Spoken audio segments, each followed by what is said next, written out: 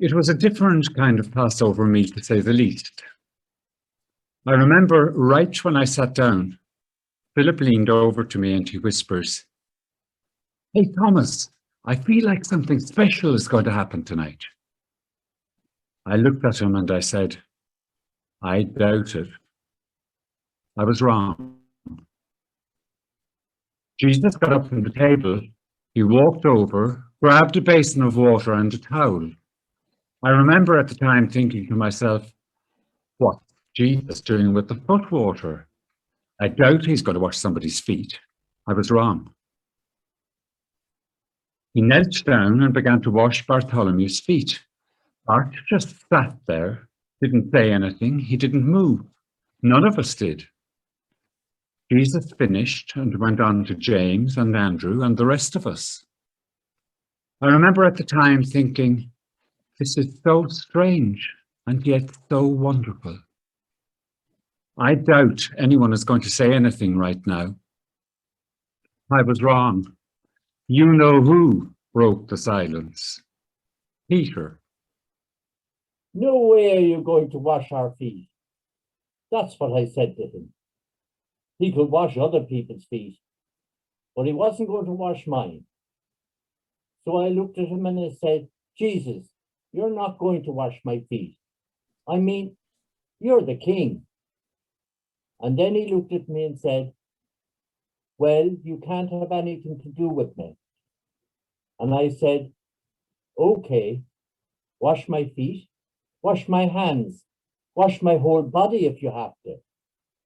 He just looked at me and said, "No, your feet will be just fine, Peter."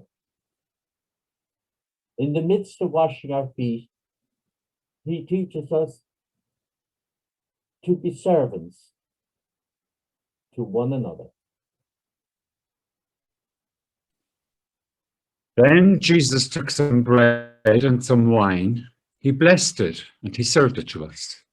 He said it was a new covenant with his blood.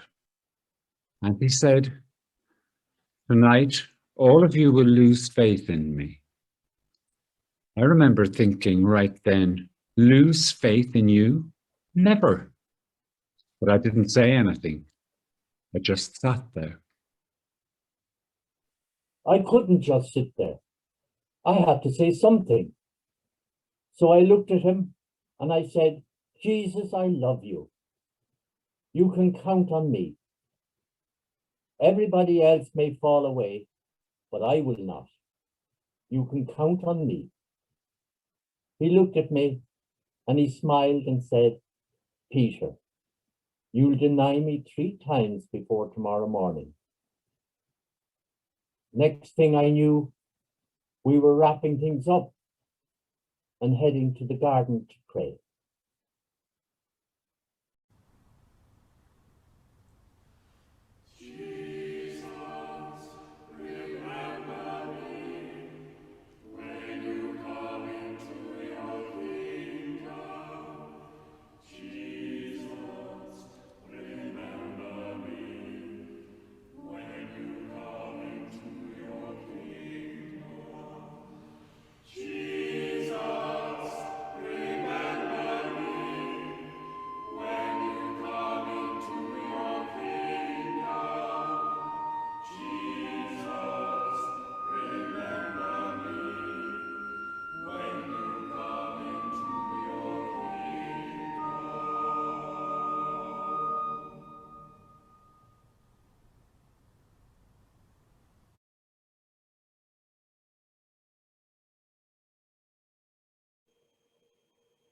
Once we got to the garden, it just got crazy.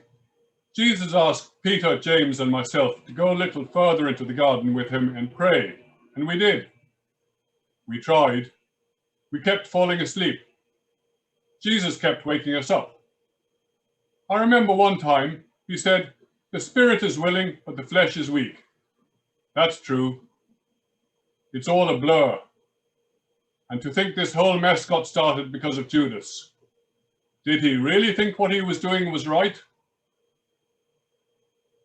There he is. He's the one you want. The one praying by himself. No, not the others. They'll try to come up and create some scene, but the one that I kiss on the cheek, that's the one you want. Now, 30 pieces of silver for this, right? That's what we agreed upon. 30 pieces. Now, forget about the rest. The one that I kiss on the cheek, that's the one you want. A kiss. Judas betrays Jesus with the kiss of a friend. Then it got crazy.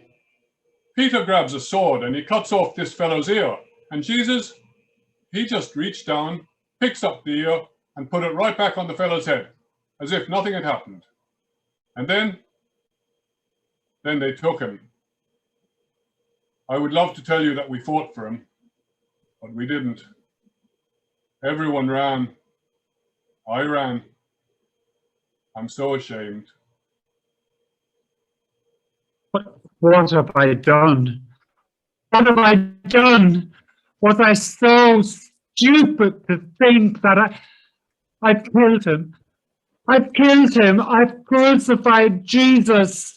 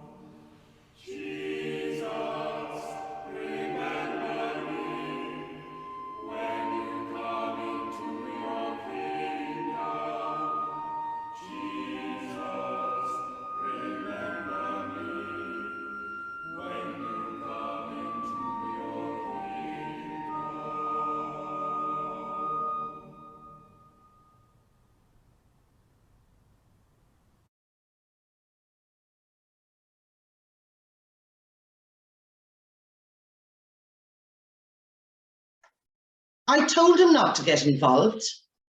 Leave it alone, I said. Stay out of it. After all, you're the governor. You're the one in charge. Let the Jews sort it out. Send him off to Herod. Get someone else to do your dirty work for a change. It's not up to you. So what did he do? Made a right botch of things, that's what. Oh, he tried all right. I'm not denying that. He wanted to wash his hands of Jesus as much as I did. More, if anything. I've never seen him so agitated, so uncertain what to do. After that, it was downhill all the way. You decide, he told the crowd. Barabbas or Jesus, it's up to you. Brilliant. They could all see what he was angling for, and they were damned if they were going to get it. Give us Barabbas, they shouted. So there he was, nowhere else to turn, no one else to turn to, the decision his and his alone. Yet even then, all wasn't lost. He should have stood up to the mob, listened to his conscience. Not that he ever has before, mind you. Now look at him. I thought my nerves were bad, but his, they're shot right through. He just can't forget the man night or day, never a moment's peace. He's tormented by shame, riddled with guilt. Well, I tried to warn him. I couldn't do more. He made his decisions, and now he has to live with it. But I can't help wondering sometimes, when I look in his eyes, when I catch that haunted, hunted expression deep within, was it Pontius who condemned Jesus? Or was he the one condemned?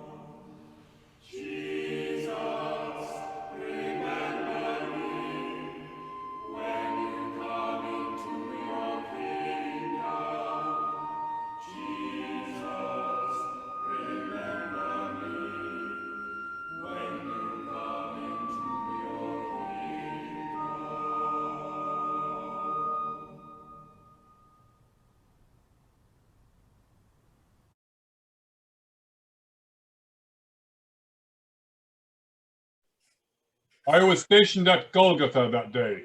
We had just raised the second criminal by the time they brought him to me.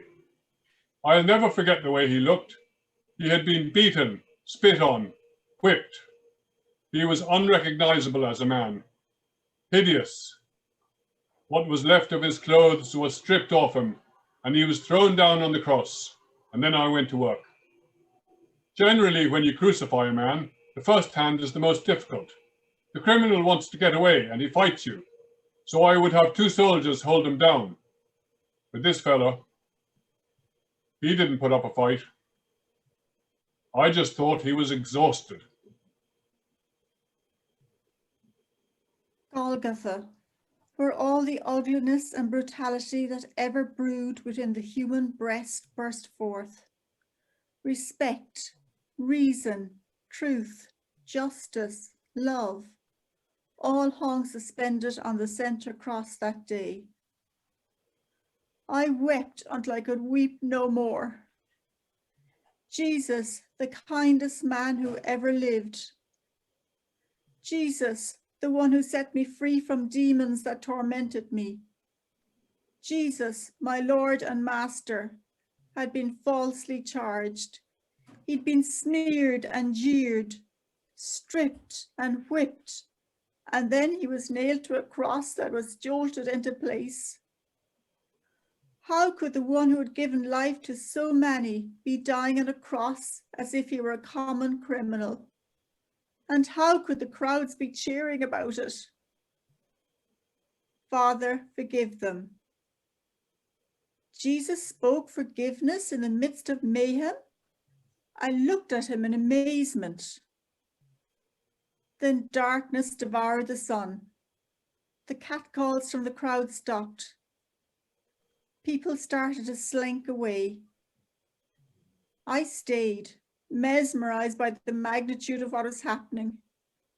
Surely we were about to witness a saving miracle. Just when I thought I would suffocate from grief, an anguished voice from the center cross cried, my God, why have you forsaken me?" I closed my eyes and beat my hands on my chest. How could you abandon your son in the moment of his greatest need? Then I heard a deep gasp and looked at the cross. Father, into your hands I commit my spirit. There was a sort of resignation in those words, almost a peace, as if he was going home. I am bewildered. When will we understand the mystery of his suffering? 33 years ago, when my darling son was just a baby, Simeon handed me a chilling prophecy. He said, "Your own soul a sword will pierce."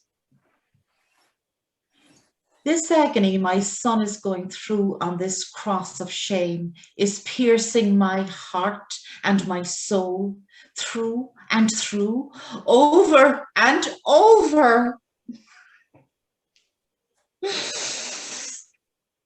I always knew my boy was extraordinary in some way, marked out by God from the very moment of his conception, from his astounding the rabbis, the synagogue as a young boy, to his changing the water into wine at my request.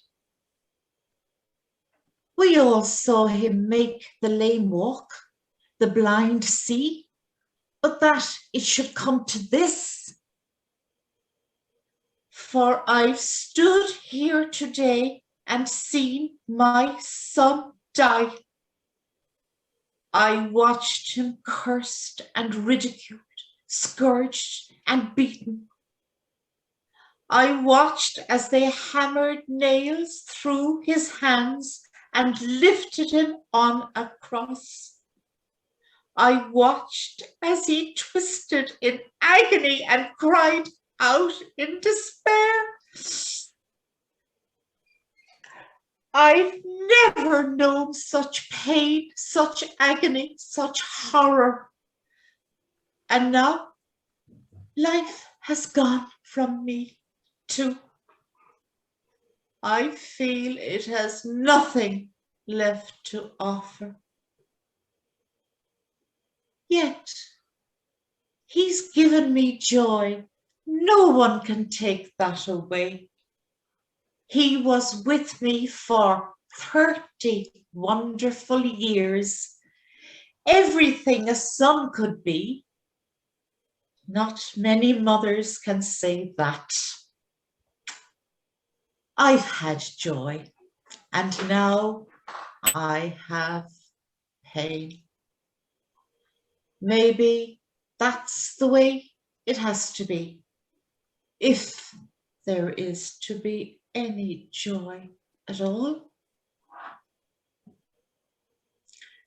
But I thank God, my son has not left me totally alone. For even in his agony, he has entrusted me to his most loyal apostle, John,